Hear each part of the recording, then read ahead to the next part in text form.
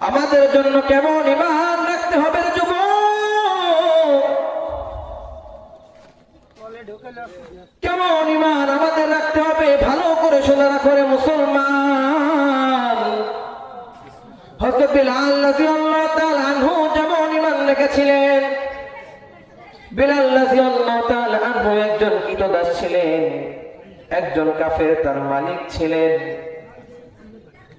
বিলাল রাদিয়াল্লাহু তাআলা আনহু ইসলাম গ্রহণ করে, ইসলাম গ্রহণ করার কারণে তার মালিক সেই মালিক তাকে বলে, ও বিলাল, তুমি যদি আল্লাহ তাআলাকে বিশ্বাস করো তাহলে আমি তোমাকে অনেকভাবে টর্চার অত্যাচার করব। বিলাল রাদিয়াল্লাহু তাআলা আনহু বলেন, আমার জীবন চলেও কেন আমি ঈমান হারাবো না। বিলাল রাদিয়াল্লাহু তাআলা আনহু আল্লাহ তাআলার উপর বিশ্বাস করে থাকেন। এমন ভাবে টর্চার অত্যাচার ওই বিলালকে করা হয়েছিল মুসলমান। গায়ের মধ্যে এমন ভাবে চাবুকের আঘাত করা হয়েছে, চাবুকের আঘাতে চামড়া কেটে গোশত কেটে রক্ত বের হয়ে গেছে রে যুবক।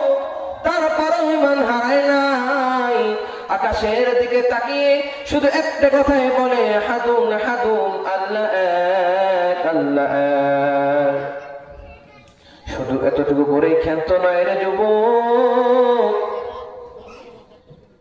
প্রচন্ড গরম মরুভূমির মধ্যে গলার মধ্যে রশি লাগাইয়া পুরা মরুভূমি টানা হয়েছে।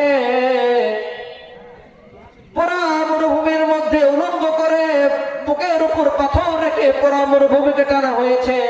তারপর ঈমান হারায় নাই। উচ্চ আওয়াজে একটি কথাই বলে, হাদুন আহাদুন আল্লাহ এক, আল্লাহ এক। শুধু এতটুকু করেই ক্ষান্ত হয় নাই। নতুন করে আগুনের কয়লা নিয়ে আসা হলো। কয়লা তার পিঠের নিচে বিছিয়ে দেওয়া হলো। পিঠের নিচে কয়লা বিছিয়ে দেওয়ার ফলে চামড়া পুড়ে, গোশত পুড়ে, রক্ত বের হয়ে কয়লা নিভে যায়।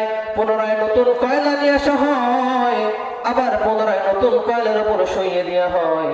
এইভাবে নানান ভাবে টর্চার অত্যাচার করে ওই বিলালকে। বিলাল আসমানের দিকে তাকাইয়া, আল্লাহ তাআলার দিকে তাকাইয়া